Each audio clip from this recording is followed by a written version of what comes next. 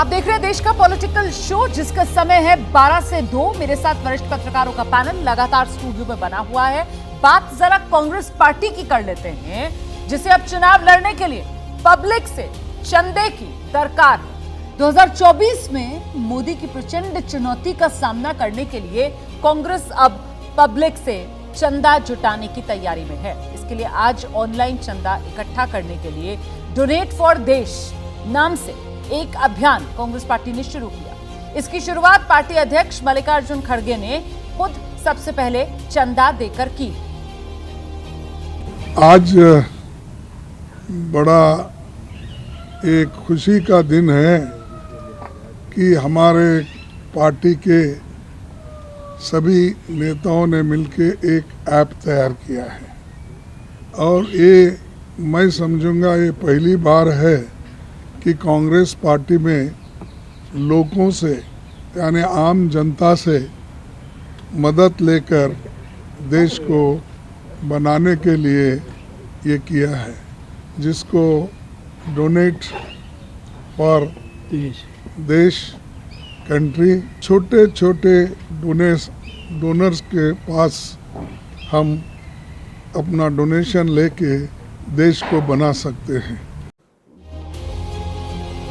तो सवाल आपके सामने लेकर आ रहे हैं, ये जो कांग्रेस की तरफ से अभियान शुरू किया गया है, जो चंदा ले रही है कांग्रेस पार्टी, 24 की चुनौती चंदे के भरोसे, पॉलिटिकल मैसेजिंग क्या है रामकृपाल सर?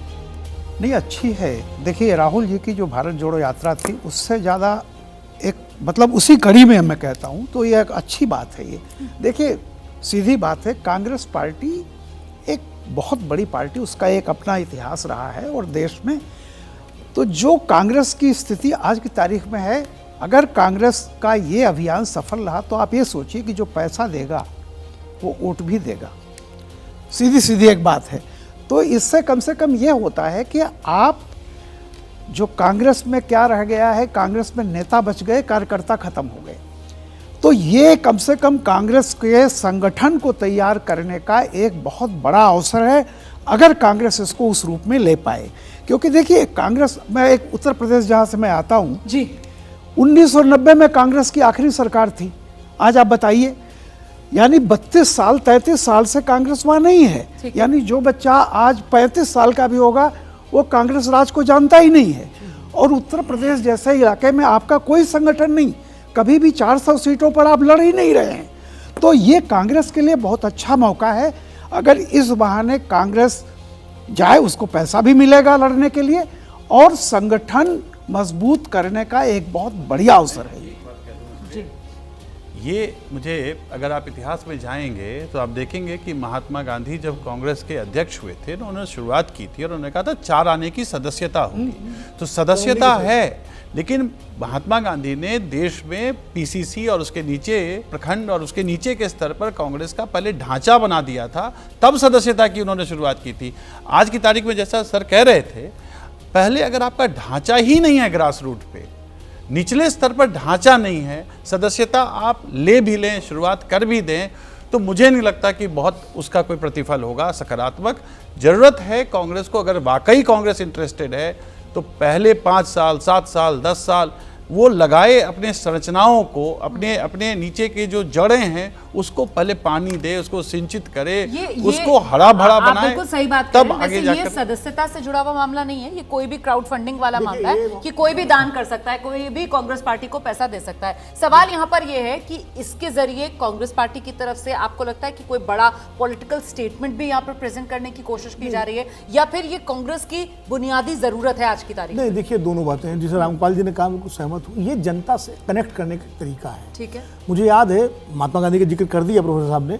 चौधरी देवीलाल ने जब न्याय युद्ध लड़ा था तो उनका नारा था 1 नोट 1 वोट, और वो यही कहते थे, भाई 1 नोट हमको दे दो, वो 10 का नोट हो, 5 का नोट हो, 1 का नोट हो, 2 का नोट हो, उसमें यही नोट चलते थे, या 100 का नोट तो बहुत बड़ी चीज होती थी। और तो उनको ये था कि जो देगा वो पैसा, वो वोट भी देगा। तो ये एक कनेक्ट करने का तरीका है। मान लीजिए जो भी ऑनलाइन 138 रुपये उन्होंने मिनिमम रखा हुआ है, 138 रुपये जो देगा तो ये सोचेगा कि यार हम वही देगा इस दौर में जो वाकई कांग्रेस को चाहता होगा या कांग्रेस को वोट देना चाहता होगा। तो ये एक अपना आधार बढ़ाने की भी कोशिश है। और मुझे लगता है क्राउड फंडिंग सभी राजनीतिक दलों को करनी चाहिए, जिससे उनकी निर्भरता पूंजीपतियों पर खत्म हो। तब वो ज्यादा बेहतर जनहित के फैसले ले सकेंगे। ठीक है। इसलिए क्राउड फंडिंग की बात की जाती है। अभय जी, देखिए, साथियों ने कहा है, मैं उसको दोहराऊंगा नहीं। मेरा कहना है कांग्रेस को तय करना होगा उसकी प्राथमिकता क्या है। कोष तो जमा करना ही है, मतलब संगठन दीर्घकालीन प्रक्रिया है, वो अभी 2-3 महीने में नहीं बन सकता। अच्छा, उस कांग्रेस को दिखाना यह है कि अगर वो विपक्ष की कोई राष्ट्रीय एकता राष्ट्रीय मंच पर प्रदर्शित कर सकती है कि नहीं कर सकती है। अगर वो नहीं कर सकती है तो जो 20-25% एक संभावना रह गई है कि आप 2024 में भाजपा को टक्कर दे पाएं, वो संभावना भी 80% संभावना समाप्त हो गई है, वो 20-25% संभावना भी समाप्त हो जाएगी। सबसे पहले कांग्रेस को बताना है कि जो विधानसभा चुनाव से पहले जो इंडिया नामक गठजोड़ बनाया था उसका क्या होगा। क्या वो राष्ट्रीय मंच पे आएगा? क्या उसका कोई न्यूनतम साझा कार्यक्रम बनेगा? उस न्यूनतम साझा कार्यक्रम को कि जितने भी घटक दल हैं वो सब अपना घोषणा पत्र मानेंगे। जैसे एक जमाने में भाजपा ने एनडीए के न्यूनतम साझा कार्यक्रम को ही अपना घोषणा पत्र माना था। ये कांग्रेस की प्राथमिकताएं हैं। कांग्रेस 28 को रैली करने वाली है। क्या उस रैली से पहले राहुल गांधी फोन उठाएंगे और तमाम दलों से कहेंगे कि आइए हमारे साथ मन साझा करेंगे कि नहीं करेंगे? ये सारे सवाल महत्वपूर्ण हैं, ये प्राथमिकताएं हैं। ये सारे सवाल महत्वपूर्ण हैं, ये सब प्राथमिकताएं हैं। कल लेकिन इंडिया यहाँ अलायंस पर- की बैठक बिल्कुल है। सर, लेकिन मेरा सवाल ये है कि वो कहते हैं ना, the whole thing is that कि भैया सबसे बड़ा रुपया, और हम वो ग्राफिक्स भी दिखा रहे हैं। मुझे लगता है जरा एक बार वो ग्राफिक्स दिखा दीजिए किस तरीके से, अगर पार्टियों के कोष की बात की जाए तो कहां तो इस वक्त बीजेपी और उसके कोष का पैसा देखिए, और कहां दूसरी तरफ कांग्रेस पार्टी, और अंतर जो दोनों का है वो साफ तौर पर नजर आ रहा है। तो जो लगातार एक सवाल मैं आप लोगों से पूछ रही हूं कि साहब इसमें पॉलिटिकल मैसेजिंग, और पॉलिटिकल मैसेजिंग क्या बीजेपी को बेनकाब करने की भी यहां पर कांग्रेस की तरफ से नजर आती है कि साहब जो कॉर्पोरेट है उसका पूरा समर्थन, वो सिर्फ हम दो हमारे दो, जिस तरीके के आरोप विपक्ष लगाते हैं कि उसको भी बेनकाब करने की कोशिश नहीं, है? निश्चित रूप से देखिए, ये तो पहले से भी कहते रहे हैं, हाँ। नाम भी लेते रहे हैं, हाँ। तो ये तो उनका है ही है। लेकिन एक सच्चाई ये कांग्रेस भी जानती है, जो सत्ता में होता है उसको ज्यादा पैसा मिलता है, और इतने सालों तक कांग्रेस रही। और आपने देखा खड़गे जी ने क्या कहा, ये पहली बार है कि हम जनता से पैसा मांग रहे हैं। मतलब जो 60 साल आप राज किए, तब किसके पैसे से राज करते थे? जाहिर सी बात है, पार्टी कोई पैसा तो बनाती नहीं है, पार्टी कोई नौकरी नहीं करती है, वो डोनेशन पर ही चलती है, चाहे पूंजीपति का डोनेशन हो चाहे मांगना नहीं पड़ता था, तब लोग वही देते थे। एग्जैक्टली सच ये है कि 2014 के चुनाव में कांग्रेस उस समय सत्ता में थी, चुनाव के बाद वो सत्ता से निकली। बिल्कुल। आप कंपेयर कर लीजिए, कांग्रेस ने उस चुनाव में भी हाँ। बीजेपी से कम पैसे खर्च किए थे। बात यह है कि मार्केट से, कॉरपोरेट से पैसा उसको मिलता है जिसकी क्रेडिबिलिटी हो, जिसकी एक लेजिटिमेसी हो, जिसको मार्केट, जिसमें आशा देखता है, जिसमें मार्केट होप देखता है। अगर नैरेटिव नहीं है किसी के पास, चाहे कोई भी हो, मैं ये नहीं कह रहा हूं कि किसके पास होना चाहिए, इसके पास नहीं होना चाहिए, अगर नैरेटिव नहीं है आपके पास, क्रेडिबिलिटी नहीं है, फेस नहीं है, स्ट्रैटेजी नहीं है, विजन नहीं है, तो फिर आपको पैसा ऐसे ही करना पड़ेगा। ये एक सिंबॉलिक रूप हो सकता है कांग्रेस का जाने का। नहीं, फिर तो मतलब आप साफ तौर पर ये बता रहे हैं यहाँ पर कि हालात ऐसे बन गए हैं कि कांग्रेस के पास और कोई विकल्प ही नहीं है। मतलब ये तो फिर मजबूरी है कांग्रेस की, उसको हाथ में कटोरा लेकर जनता के सामने आना पड़ गया है। ये जरूरी था कांग्रेस के लिए। देखिए, भारतीय जनता पार्टी का धनबल जो है वो विख्यात भी है और कुख्यात भी है। मैं कहना ये चाहता हूं कि केवल धनबल के सहारे चुनाव नहीं जीते जाते, धनबल चुनाव जीतने में मदद करता है। अब कांग्रेस ने तेलंगाना में इतना जबरदस्त चुनाव जीता, 3 राज्यों में हार गई तो उसके ऊपर फोकस नहीं पड़ रहा है, लेकिन बहुत जबरदस्त चुनाव जीता। आप देखिए, बीआरएस ने सबसे ज्यादा पैसा खर्च किया, और बीआरएस की जो आर्थिक शक्ति है उसका कोई किसी भी क्षेत्रीय शक्ति से मुकाबला नहीं है। पैसा पानी की तरह उन लोगों ने बहाया, इसके बावजूद भी वो चुनाव हार गए, और कांग्रेस जिसने कम पैसा खर्च किया वो चुनाव जीत गई वहां पर। तो महत्वपूर्ण बात यह है जो आप कह रहे हैं कि आपके पास क्या कोई नरेंद्र मोदी ने जो खुशनुमा कहानी सारे देश को सुनाई है, जिसमें वो हर बार कहते हैं हमें गर्व उसमें एक शब्द बार बार आता है, हम गर्व से कहें ऐसा है, हम गर्व से कहें ऐसा है, हम गर्व से कहें ऐसा है। क्या कांग्रेस के पास या विपक्ष के पास कोई समांतर कहानी है देश को सुनाने के लिए? वो कहानी किसी ऐसे मंच से जहां वो विपक्ष एकताबद्ध होकर खड़ा हो, क्या ऐसा कोई मंच वो बनाएंगे? ये सबसे महत्वपूर्ण बात है। नहीं, बड़ी बात आप कह रहे हैं, बिल्कुल एस्पिरेशनल भारत है, और ऐसे में भारतीयों की महत्वाकांक्षा पूरी करने के लिए क्या कोई नैरेटिव कांग्रेस पार्टी के पास है जिसको देखकर जो लोग हैं वो कांग्रेस की तरफ आकर्षित हो? फिलहाल यहाँ हमारे साथ जो पत्रकारों का पैनल है, कमोबेश उनको यही नजर आता है कि इस मामले में कांग्रेस बहुत पिछड़ती हुई नजर आती है। बीजेपी और खासतौर से प्रधानमंत्री नरेंद्र मोदी इस मामले में बाजी मारते हुए नजर आते हैं। तो देश का पॉलिटिकल शो देख रहे हैं आप, जिसका समय है 12 से 2। इंडिया गठबंधन आप जानते हैं कल दिल्ली में होने जा रही है इंडिया गठबंधन की बैठक। हाल के विधानसभा चुनाव में कांग्रेस को जिस तरीके की हार मिली है, उसके बाद गठबंधन की ये पहली बैठक हो रही है। इंडिया गठबंधन की बैठक से पहले लालू प्रसाद यादव नरेंद्र मोदी का नाम सुनते ही तमतमा गए। दिल्ली में बैठक में शामिल होने के लिए पटना से निकलते वक्त लालू प्रसाद यादव से नरेंद्र मोदी को लेकर पत्रकार ने सवाल पूछ लिया और इस पर लालू प्रसाद यादव का गुस्सा भड़क गया। नरेंद्र मोदी करे कि हम फिर से आएंगे। नीचे करो। यही है, यही गुजारिश है आपको। अपना ना बोल रही हो आएंगे तो आओ। कितनी उम्मीद है? उसकी बैठक है, हम लोग जा रहे हैं और मिल आप तक नीचे करो। आप इनको हटाएंगे। तो अब सवाल आपके सामने लेकर आ रहे हैं कि ये जो चुनावी हार कांग्रेस को मिली है हिंदी हार्टलैंड में, क्या इससे बिगड़ गई है इंडिया गठबंधन की लाइन लेंथ? विनोद जी, नहीं, झटका तो लगा है निश्चित रूप से, लेकिन मैं इसको दूसरे रूप में देखता हूं। मैं बार बार पहले भी कहता था, अभी कह रहा हूं, अगर कांग्रेस से तीनों विधानसभा चुनाव जीत जाती तो सहयोगी दलों की मजबूरी होती कांग्रेस के साथ चिपके रहना। अब कांग्रेस हार गई है तो कांग्रेस की मजबूरी है सहयोगी दलों के साथ चिपके रहना। इसलिए दोनों परिस्थितियों में इंडिया गठबंधन को मैं बिखरता हुआ नहीं देख रहा हूं, बल्कि मैं तो ये देख रहा हूं कांग्रेस का अहंकार, कांग्रेस का अड़ियलपन अब लचीलेपन में बदला है। तो सीट शेयरिंग के मामले में कांग्रेस वो अड़ियलपन नहीं दिखाएगी जो विधानसभा चुनाव अगर जीत जाती तीनों तो दिखाती, जो विधानसभा चुनाव में नजर आ गया था मध्य प्रदेश, हाँ, राजस्थान में, वहां पर सहयोगी। इसीलिए जब विधानसभा चुनाव से पहले इंडिया गठबंधन में ये मांग हो रही थी बार बार कि आप सीट शेयरिंग कर लीजिए, तो कांग्रेस का आकलन ये था कि हम तीनों राज्य जीतेंगे और फिर अपनी शर्तों पर सीट शेयरिंग करेंगे। मतलब फिर तो इंडिया गठबंधन के लिए अगर विनोद जी के आकलन को आगे बढ़ाया जाए, ये ब्लेसिंग इन डिस्गाइज हो गई है सर। देखिए, निश्चित तौर पर मैं जो चाहता हूँ, मैं देखिए रोमाना जी, अगर कांग्रेस की छतरी नहीं है, कांग्रेस की छतरी के अलावा अगर कोई छतरी और आती है, तो मुझे डर है आज़ादी से लेकर के आज तक कोई भी पार्टी गैर भाजपाई गैर कांग्रेसी सरकार 5 साल नहीं चली है। 6 प्रधानमंत्री मिलकर 6.5 साल चले हैं। तो ये देखिए कि इंडिया अलायंस अगर बनता है तो उसका लक्ष्य ये होना चाहिए कि जब तक जनता के सामने देखिए स्टेबिलिटी सबसे बड़ा सवाल है कि हम 5 साल का विकल्प देने जा रहे हैं। जब तक जनता को आप ये भरोसा नहीं दिलाएंगे कि 5 साल का विकल्प आप देने जा रहे हैं, जनता आपको विकल्प के रूप में स्वीकार नहीं करेगी। बहुत बड़ी बात आप कह रहे हैं। मुझे लगता है अभय जी को आना चाहिए यहाँ पर। तो फिर अगर कांग्रेस मजबूत नहीं तो फिर वो धुरी की भूमिका कैसे निभाएगी इस इंडिया गठबंधन में? देखिए, दिक्कत की बात यह है कि भारत में कांग्रेस, भारतीय जनता पार्टी और बहुत छोटी हद तक आम आदमी को छोड़कर मल्टी स्टेट पार्टियां हैं नहीं। ठीक है। एक राज्य से ज्यादा की पार्टी कांग्रेस है, भारतीय जनता पार्टी है, और 2 राज्यों की पार्टी आम आदमी पार्टी है। बाकी सारी पार्टियां तो केवल अपने अपने राज्य की पार्टियां हैं। तो जब क्षेत्रीय पार्टियों का कोई गठजोड़ बनेगा तो उसकी एंकर पार्टी लाजिमी तौर पर कांग्रेस ही होगी।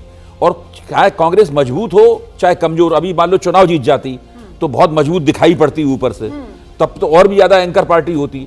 अब चूंकि चुनाव हार गई है, इसलिए हो सकता है कि दूसरे लोग उसको थोड़ा बहुत दबा लें, उससे अपनी बात मनवा लें। लेकिन मैं अभी भी मानता हूं कि जैसे पंजाब है, तो बहुत बड़ी चुनौती है कि पंजाब में वो सीटों का तालमेल कैसे करेंगे। बिल्कुल। दिल्ली है, दिल्ली में सीटों का तालमेल कैसे करेंगे। तो बहुत जगह ऐसी है जहां सीटों का तालमेल आसान है। बंगाल में जहां पर टीएमसी और जहां पर सीटों का तालमेल आसान है और कहीं किन्हीं जगहों पर बहुत सुना देते हैं। लालू प्रसाद यादव पहुंच गए।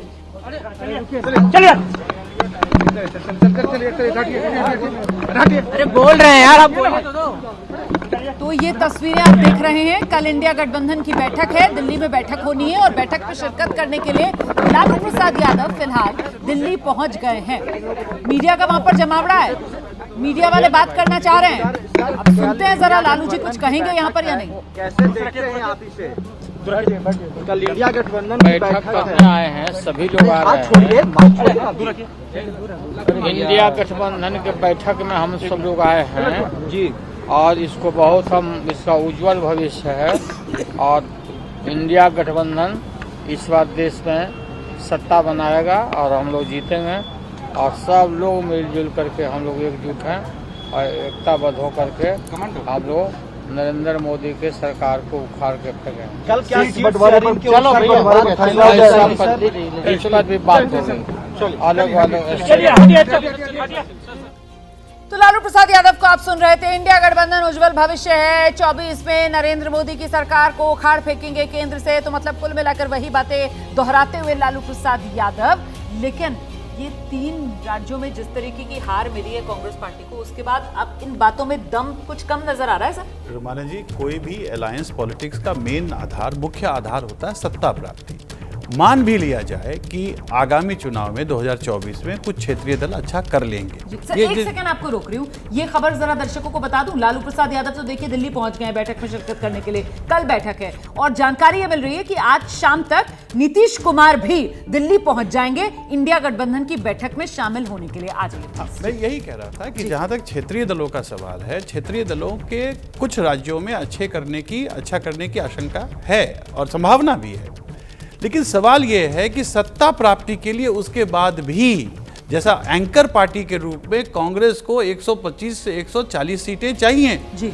सवाल ये उठता है कि कौन से वो राज्य हैं, हाँ। कौन सा वो क्षेत्र है जिन क्षेत्रों में कांग्रेस उस प्रकार से सीटें लाकर एक धुरी के रूप में कार्य करेगी। सबसे महत्वपूर्ण मेरे ख्याल से यही हो जाता है कि वो सबसे बड़ी चुनौती है जहां पर आर पार की लड़ाई कांग्रेस और बीजेपी में, वहां पर कांग्रेस कैसे बढ़त बनाएगी ताकि पूरी की पूरी मजबूती से इंडिया गठबंधन को मिल सके और जो सपना देखा जा रहा है इंडिया अलायंस की तरफ से वो साकार हो।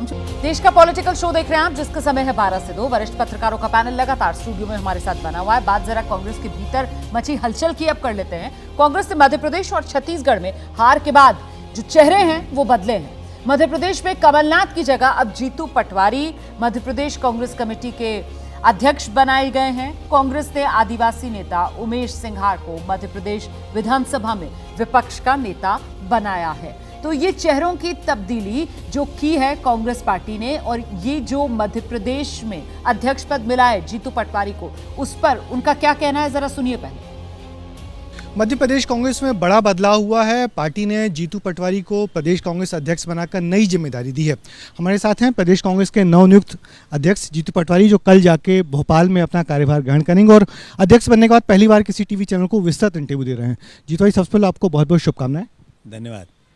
ये आपको जो लग रहा है कि पार्टी ने इस बड़ी हार के बाद आपको जो जिस तरीके से ये जो नया पद दिया है, बड़ा चुनौतियों वाला है, मगर आपको लग रहा है कि कांटों का ताज तो नहीं होगा? बात यह है कि अंतर मन से आपको जो काम मिला है उसको ईमानदारी से आप करते रहो। ज़रूर चुनौतियां हैं, पर कौन सी ऐसी चुनौती है जो लक्ष्य निर्धारित करके आप काम करना चालू करो और उसको विजय नहीं पा सको या उस पर पार नहीं पा सको। यही भारतीय जनता पार्टी 2 सीट पे थी, आज देश की सत्ता में है। मुझे पक्का भरोसा है कि आने वाला समय कांग्रेस का है। मगर बड़ा कठिन दौर है। पार्टी कहाँ 122 पे थी, 66 पे आ गई है, तो इस सब कैसे रिवाइव कर पाओगे? कठिनाइयों से सफलता का आनंद नहीं है। चुनौती वही होती है जिसमें कठिनाई अत्यधिक होती है। कांग्रेस पार्टी की आइडियोलॉजी बहुत पवित्र है, देश की आइडियोलॉजी है। जो देश में आइडियोलॉजी प्राचीन भारत की प्रेम प्यार मोहब्बत की, विश्व कुटुंब की, वसुदेव कुटुंब के साथ साथ इंसानियत की रक्षा की, वही कांग्रेस पार्टी की है। मैं मानता हूँ हम विजय होंगे। मगर विधानसभा चुनाव में पार्टी हारी है, तो अब सबसे बड़ी चुनौती तो लोकसभा चुनाव है, तो कैसे जीतेंगे जबकि एक बार लहर चल रही है, लोग मान ही नहीं रहे कि मोदी हारेंगे? नहीं, बात यही है कि फील गुड हुआ था जब अटल जी को भी नहीं मान रहे थे कि वो हारेंगे और उन्होंने पहले इलेक्शन करा लिए थे। जनता अब का मूड हमेशा क्या होता है, कब होता है, किन परिस्थितियों में होता है वो पता होता तो हम हारते क्या? हमें तो एहसास था हम जीत रहे हैं, सर्वे को एहसास था हम जीत रहे हैं।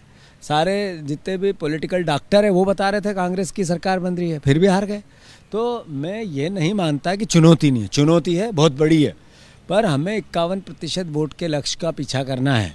वो लोकसभा चुनाव के लिए भी करना है और आने वाली विधानसभा चुनाव के लिए भी करना है। जो सरकार बनी है उसने उस सरकार को जनता ने दायित्व दिया है, जो उन्होंने वादे किए, घोषणा पत्र किया, मोदी की गारंटियाँ दी, उसको वो इम्प्लीमेंट करें। अन्यथा हमारा काम है कि हम जन भावनाओं को समझ के सरकार को मजबूर करें। बहुत शुक्रिया। ये थी जीतू पटवारी, उत्साह से भरे हुए और दावा कर रहे हैं कि मध्य प्रदेश की जनता उम्मीद करे कि जनता के हित के लिए कांग्रेस सड़कों पर लड़ेगी और बीजेपी ने चुनाव के पहले जो वादे किए थे उन वादों को पूरा करने की बीजेपी कोशिश करेगी, यदि नहीं करेगी तो कांग्रेस उनसे सड़कों पर उतर की वो सारी मांगें जनता के हित में मनवाएगी।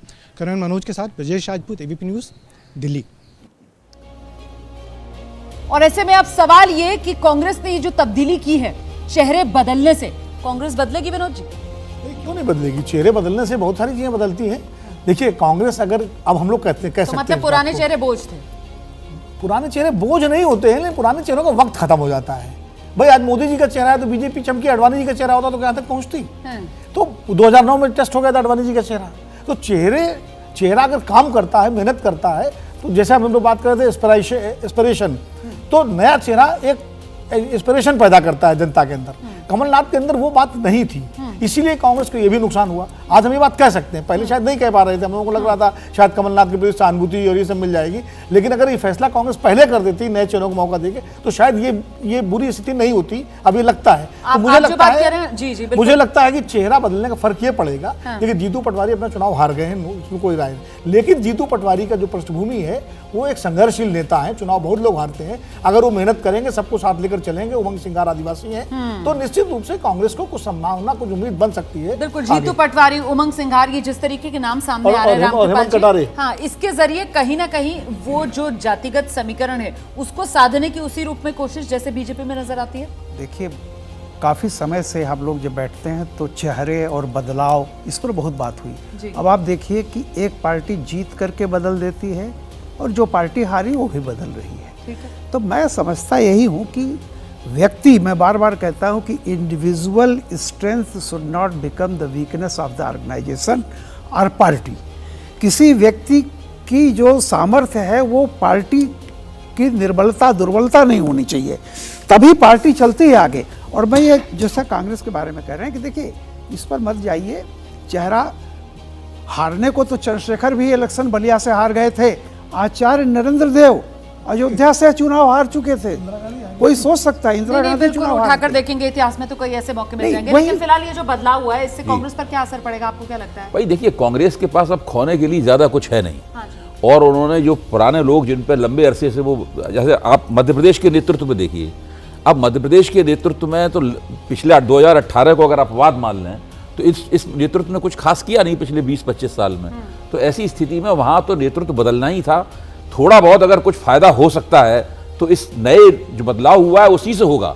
अगर वो पुराना नेतृत्व कायम रखते तो क्या फायदा होने की संभावना थी? तो कम से कम प्रयोग यहाँ पर कांग्रेस पार्टी करती हुई नजर आ रही है, और कांग्रेस में भी उसी तरीके से एक पीढ़ी दर बदलाव। योमाना जी याद रखिए, मैं आपको 3 शब्द बता रहा हूँ, हालांकि मैं किसी पार्टी विशेष के लिए नहीं कह रहा हूँ। चेहरे महत्वपूर्ण हैं, उसके पहले होता है चाल और चरित्र। अगर चाल और चरित्र नहीं बदला तो चेहरे बदल जाने से कुछ होगा नहीं। हाँ, वही कहते हैं ना, आईना वही रह जाता है, चेहरे बदल जाते हैं। तो चेहरे बदल दें, लेकिन आपने अगर चाल नहीं बदला। भारतीय जनता पार्टी की सफलता का कारण क्या है? वो एक परसेप्शन ला रही है। देखिए, राजनीति में मनोविज्ञान की बहुत आवश्यकता होती है। परसेप्शन ही है तो राजनीति, और क्या है राजनीति? सामाजिक परसेप्शन। उस परसेप्शन को आप किस सटीकता से आप उसका प्रत्यारोपण कर पा रहे हैं, यही तो राजनीति और है क्या। आप जो बात कह रहे हैं उसी को आगे बढ़ाऊंगी और विनोद जी के पास आते हैं हम मध्य प्रदेश का, क्योंकि यहाँ पर हम जिक्र कर रहे हैं। भाई आप कांग्रेस पार्टी को देखिए, हार गई वो, लेकिन कमोवेश 2018 के मुकाबले वोट शेयर उसका कम नहीं हुआ, उतना ही वोट शेयर बना रहा। बीजेपी, फर्क ये कि बीजेपी ने अपना वोट शेयर काफी आगे बढ़ाया। तो मतलब कांग्रेस के प्रति कोई नाराजगी नहीं है उस रूप में 2018 के कंपैरिजन में, लेकिन बीजेपी के लिए समर्थन ज्यादा है। देखिए बीजेपी ने जो वोट शेयर बढ़ाया वो कहां से बढ़ाया? कांग्रेस का वोट शेयर कम नहीं हुआ, उसने उन दलों का वोट शेयर लिया जो छोटे छोटे दल हैं और लोगों को निर्दलीय हैं, छोटे दल हैं, बीएसपी, समाजवादी पार्टी, गोंडवाना विकास पार्टी, ये सारी जो पार्टियां हैं, उनको लोगों को लगा कि ये सरकार तो बना नहीं सकते, इनको जिताने से अच्छा है भाई बीजेपी के साथ जाओ, बीजेपी की सरकार बन सकती है। एक बात अभी प्रोफेसर साहब कह रहे थे कि परसेप्शन, चाल चरित्र चिंतन। देखिए चाल चरित्र चिंतन ये सब अब बातें रह गई हैं। हर पार्टी का चरित्र एक ही जैसा है, हर पार्टी की चाल थोड़ी बहुत चलती। भाई कर्नाटक में वो चाल चरित्र चिंतन क्यों नहीं काम में आया? हिमाचल में क्यों नहीं काम आया चाल चरित्र चिंतन? तेलंगाना में क्यों नहीं काम आया चाल चरित्र चिंतन? या परसेप्शन क्यों नहीं काम आया? देखिए ये होता है, निर्भर करता है कि स्थानीय नेतृत्व किस तरह पार्टी को मॉडर्नाइज करता है, कैसे चुनाव मैनेजमेंट। और 2018 में वही चाल चरित्र चिंतन था, वो तीनों राज्य हार गई थी बीजेपी। चाल चरित्र के बजाय यहाँ पर क्या आपको लगता है कि एक जुनून और जुनून जो है वो नेतृत्व इस रूप में लेकर आए कि हम तेलंगाना में देखते हैं, वहां पर रेवंत रेड्डी थे तो उनके नेतृत्व में कांग्रेस जीत गई, और मध्य प्रदेश की अगर बात की जाए तो यहां पर कमलनाथ और यहां पर कांग्रेस पार्टी हार गई। जीवन तो वो रेवंत रेड्डी में क्यों जीत गई, ये तो सबसे बड़ा प्रश्न है। हाँ। और यहीं पर पार्टी और पार्टी के संविधान और पार्टी का जो अनुशासन है और उसकी विचार है, इन सबों का योगदान है। अगर आप ये देखिए कि जैसा सर कह रहे थे, आप ये देखिए कि पिछले चुनाव में कांग्रेस जीत गई लेकिन चेहरा नहीं बदला, चरित्र वही रहा। मतलब पुरानी जब मध्य प्रदेश के चुनाव की बात 2018 की, राइट। और अब देखिए अब क्यों बदलाव करना पड़ रहा, जैसा सर ही कह रहे थे, अगर उसी समय बदलाव हो गया होता तो शायद चरित्र में भी बदलाव मान लिया जाता, परसेप्शन में लोगों को लगता कि ये नई पिछली बार तो उनके नेतृत्व में चुनाव लड़ा गया था ना, और फिर उन्हीं को कमान सौंप दी गई। कहाँ कमान सौंपा गया, नेतृत्व तो सचिन पायलट जी का था राजस्थान में। देखिए और यहाँ पर कमान सौंपा गया, यहाँ का था कमान अलग रोमाना जी, जी, मैं कई बार आपके शो में कह चुका हूँ कि हम लोग कोई एक कारण नहीं होता है। मैंने हमेशा कहा, जो एक बात जो मैं कहता हूँ, रिफॉर्मिज्म एंड सोशलिज्म गो टुगेदर। लाभ जो है ना एक चीज है, ये आज से नहीं, लेनिन ने भी कहा था कि हमारे पीछे चलने वाले 99% अपॉर्चुनिस्ट हैं, ये सबके सब इसलिए आ रहे हैं कि इनकी ज़िंदगी बेहतर हो जाएगी। देखिए दो चीज़ होती है, व्यक्तिगत हित कि मेरी अपनी ज़िंदगी में क्या बदलाव आया, फिर आदमी सामाजिक प्राणी है, वो देखता है कि समाज में क्या बदलाव हुआ, इंफ्रास्ट्रक्चर कितनी बदली, राष्ट्र से भी जुड़ा हुआ है। तो व्यक्तिगत हित, सामाजिक हित, राष्ट्रीय हित, इन कई मुद्दों पर मतदाता परखता है लोगों को। बिल्कुल। और आप बताऊं आपको, सिर्फ वर्तमान से नहीं जी, वो भविष्य के बारे में भी देखता है कि मेरे बेटे के लिए कौन अच्छा हो सकता है कि मेरे लिए व्यक्ति बुरा हो, लेकिन जीएसटी लगा दिया, लेकिन मेरे बेटे के लिए जब मेरा बेटा आएगा समाज में तो कौन होगा, द्वार खोल पाएंगे आने वाले समय में। ऐसे में सवाल ये सर कि ये जो बदलाव के दौर में कांग्रेस है, क्योंकि यहाँ सामने 24 की चुनौती है, तो 24 के लिए क्या संदेश? मैं तो अभी आपने पहले पूछा तब भी मैंने कहा था कि संगठन को बनाने का समय अभी नहीं है, वो वक्त आएगा 24 के बाद आएगा, क्यों अभी समय 3 महीना रह गया है व्यावहारिक रूप से, और इसी 1 महीने में उन्हें विपक्ष की राष्ट्रीय एकता दिखानी है। अगर जनता को एकता नहीं दिखाएंगे तो जनता आपकी किसी बात पे कोई विश्वास नहीं करेगी, और जो अनिश्चित वोटर होते हैं, जो आखिर तक सोच के वोट देते हैं, वो भी अंततः बीजेपी और मोदी को वोट दे देंगे। बिल्कुल सही है, अभय जी की बात सहमत हूँ। ये जो विश्वसनीयता एक बहुत बड़ा प्रश्न है। इंडिया गठबंधन को कांग्रेस पार्टी की ज़्यादा बड़ी जिम्मेदारी है, वो ये दिखाना है कि उस चुनाव से पहले उनके अंदर एकजुटता हो, और ये भी भरोसा देना है कि उस चुनाव के बाद भी एकजुट रहेंगे, तभी तो लोग विश्वास करेंगे। नहीं, मैं इंडिया गठबंधन पर अभी बात ही नहीं कर रही, मैं तो सवाल ये पूछ रही हूँ कि साहब ये कांग्रेस में जो बदलाव कांग्रेस की देखिए के जरिए 24 के लिए क्या गेंद पूरी तरह कांग्रेस के पाले में है, चाहे विपक्ष की एकता हो, चाहे उसका अपना संगठन हो, उसे तय करना है बदलाव, प्राथमिकता क्या है। देखिए जो बदलाव जो कांग्रेस कर रही है, बिल्कुल सही कर रही है कांग्रेस। ये जो बदलाव हुए हैं उससे निश्चित रूप से कांग्रेस को ये लगा है कि गलतियां हुई हैं, क्योंकि करेक्शन की तरफ नहीं, मैं बताऊं, जैसे कि पूरे देखिए बीजेपी और कांग्रेस का फर्क देख लीजिए, पूरा राजस्थान आपके दो चेहरों पर टिका था, सचिन पायलट, अशोक गहलोत। बीजेपी बॉटम से एक चेहरा निकाल के लेके आती है, आप कभी इन दो नेताओं से आगे बढ़े ही नहीं। तो कम से कम अब कांग्रेस को लग रहा है कि ये जो क्षेत्रीय छत्र बने हुए हैं, इनको हटाने का अब वो टाइम है। अगर कांग्रेस पार्टी को स्ट्रेंथन करना है तो क्षेत्रीय छत्रों को हटाइए। सचिन पायलट के पास अभी संभावना है राजस्थान में। सचिन पायलट पिछला चुनाव 2013 में उनका अध्यक्ष बनाया गया था, और 18 में जो उनकी मेहनत थी उसका फायदा कांग्रेस पार्टी को मिला था। तो अभी उनको मुझे लगता है जिम्मेदारी देनी चाहिए कांग्रेस। अशोक गहलोत तो कमलनाथ और दिग्विजय सिंह वाली भूमिका में है, उनकी भूमिका केंद्र में हो सकती है राष्ट्रीय स्तर पर, और खबर भी आ रही है शायद भूपेश बघेल अशोक गहलोत को जनरल सेक्रेटरी बनाया जाए। लेकिन राजस्थान में अभी पार्टी फैसला करने में थोड़ा सा समय ले रही है, जो कर देना चाहिए जैसे मध्य प्रदेश में किया है। रोमानी जी देखिए, ऐसा है कि सबसे पहले इंपॉर्टेंट ये होगा, मोदी जी ने बीजेपी की तरफ से 4 जातियों का नाम कहा है, किसान, महिला, युवा, गरीब। कांग्रेस के पास क्या नैरेटिव है इन चारों पर? देखिए, ये जरूरी होगा कि अगर पॉइंट दर पॉइंट विपक्ष मैच नहीं कर पाएगा सत्ता पक्ष को, तो जनता में उसकी क्रेडिबिलिटी नहीं आएगी। ये ठीक है कि हम चाहते हैं कि लोकतंत्र में एक सशक्त विपक्ष हो, अच्छी पार्टी हो, वो सही है, लेकिन जब परसेप्शन पर युवाओं को सूट नहीं करेगा, युवाओं को अपील नहीं करेगा, मैंने आपको थोड़ी देर पहले कहा था ब्रेक में जाने से पहले कि होता क्या है कि दौर इस पार्टी का, खास करके भारतीय जनता पार्टी का लंबा दौर है, ये लोगों को लगता है। और जब तक कि कोई एक ऑल्टरनेटिव बिंदु, एकदम बिल्कुल क्रेडिबल और परसेप्टिबली डिफरेंट, जब तक वो एक नैरेटिव लेके नहीं आएगा विपक्ष, तब तक आप कुछ भी कर लीजिए, क्षेत्रीय स्तर पर आप लड़ाई करेंगे और राष्ट्रीय स्तर में, क्योंकि 24 में आपको एक यूनाइटेड होकर लड़ाई लड़नी है, तो फिर वो नैरेटिव भी एक यूनाइटेड बनाना पड़ेगा। जैसा इस बीच एक और बड़ी खबर आ रही है सर, जरा दर्शकों को बता देते हैं। खबर ये आ रही है, वसुंधरा राजे बीजेपी नेतृत्व की मुलाकात वसुंधरा राजे से भी हो सकती है, आज ही हो सकती है। वसुंधरा राजे को भी दिल्ली बुलाया गया है। वसुंधरा की हाईकमान से मुलाकात संभव, दिल्ली में हो सकती है वसुंधरा राजे की मुलाकात। ये बड़ी खबर देखिए, अब से कुछ देर पहले हमने आपको बताया था किस तरीके से शिवराज सिंह चौहान आज शाम 6 बजे बीजेपी अध्यक्ष जेपी नड्डा से उनकी मुलाकात होनी है, और अब खबर ये आ रही है कि वसुंधरा राजे को भी दिल्ली बुलाया गया है। आलाकमान से वसुंधरा राजे की भी मुलाकात आज शाम में ही होगी। तो वसुंधरा राजे, शिवराज सिंह चौहान दिल्ली बुलाए गए हैं, आलाकमान मुलाकात करने जा रहा है दोनों नेताओं से, और ऐसे में 24 को लेकर जो भूमिका है वो तय हो जाएगी रामकृपाल जी दोनों नेताओं की। निश्चित रूप से देखिए, मैंने बहुत पहले भी कहा था, जिस तरह से लोग कह रहे थे खारिज नहीं है, दोनों सम्मानित नेता हैं। इनका उपयोग हाईकमान या बीजेपी पार्टी क्या बेहतर हो सकता है वो जरूर करेगी, और मैं ऐसा समझता हूँ, हो सकता है कि मैं गलत हो जाऊँ, दोनों को बहुत सम्मानजनक ढंग से बीजेपी में वो सम्मान दिया जाएगा। बीजेपी ये ऐसा कोई संदेश नहीं देना चाहती है, न देना चाहेगी कि दोनों को हमने जानबूझ करके तो वो तंग किया है या इनको हटाया, ऐसा नहीं है। लोकसभा चुनाव से पहले किसी तरीके का जोखिम पार्टी नहीं उठाएगी। पार्टी नहीं चाहेगी कि वसुंधरा राजे की या शिवराज सिंह चौहान की नाराजगी का कोई इलेक्टोरल नुकसान उसको हो, इसलिए उनको एडजस्ट किया जाएगा, कहीं ना कहीं संगठन में हो सकता है एडजस्ट किया जाए। हालांकि वसुंधरा तो भी उपाध्यक्ष हैं पार्टी की, हो सकता है शिवराज चौहान को भी उपाध्यक्ष बना दिया जाए और उनको कोई राज्यों को प्रभार दे दिया। मुलाकात होगी और मुलाकात में क्या तय पाता है, इस पर भी हमारी नजर बनी हुई है। इस वक्त एक बड़ी खबर आ रही है, ज्ञानवापी मामले में एएसआई के जो अफसर हैं उनकी तरफ से वाराणसी के जिला जज को सील बंद रिपोर्ट दे दी गई है। ज्ञानवापी परिसर सर्वे की रिपोर्ट एएसआई ने वाराणसी जिला जज को सौंपी। ये सील बंद रिपोर्ट है, जो जानकारी मिल रही है उसके मुताबिक करीब 1500 पन्नों की ये रिपोर्ट है, और इसमें 250 से ज्यादा साक्ष्य हैं जो पेश किए गए हैं।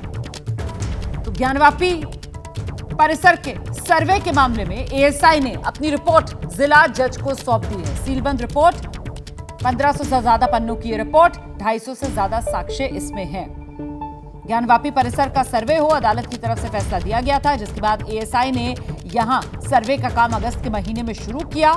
एएसआई का सर्वे जो है वो पूरा हो गया है। 11 दिसंबर को ही यह सर्वे की रिपोर्ट एएसआई को जिला जज के सामने रखनी थी, लेकिन तब एएसआई की तरफ से असमर्थता जताई गई थी, ये बताते हुए कि अधिकारी जो हैं उनकी तबीयत खराब हो गई है, और अब आज ये रिपोर्ट एएसआई की तरफ से जिला जज को सौंप दी गई है। 1500 पन्नों की रिपोर्ट है, 250 से ज्यादा साक्ष्य बताए जा रहे हैं इस रिपोर्ट में जो एएसआई की तरफ से रखे गए हैं। अब जब ये सीलबंद लिफाफा खुलेगा और रिपोर्ट सामने आएगी, उसके बाद ही आगे इस मामले में क्या होगा तस्वीर साफ होगी। फिलहाल सीधे आपको लेकर चलते हैं, हमारे साथ हमारे सहयोगी वीरेश पांडे इस वक्त मौजूद हैं। वीरेश, अदालत को ये सौंप दी गई है सीलबंद रिपोर्ट, अब अदालत की कार्रवाई किस रूप में आगे बढ़ रही है? क्या आगे के लिए कोई तारीख अदालत की तरफ से दी गई है? क्या अपडेट है वीरेश? देखिए, ज्ञानवापी मामले में एसआई के एडिशनल डायरेक्टर ने वाराणसी के डीएसपी को सीलबंद रिपोर्ट अपनी पेश कर दी है, जो सोर्सेज की खबर माने 1500 से ज्यादा पेज की ये रिपोर्ट है। और में साक्ष्यों की अगर हम बात करें तो एएसआई को ज्ञानवापी सर्वे के दौरान खंडित मूर्तियां, घड़ा, चिन्ह जैसे लगभग 250 से ज्यादा दस्तावेज मिले थे। इन्होंने डीएम की निगरानी में ट्रेजरी में इसे लॉकर में जमा करवा दिया था। इस तरह कोर्ट में रखा गया है और अब सुनवाई शुरू हो गई।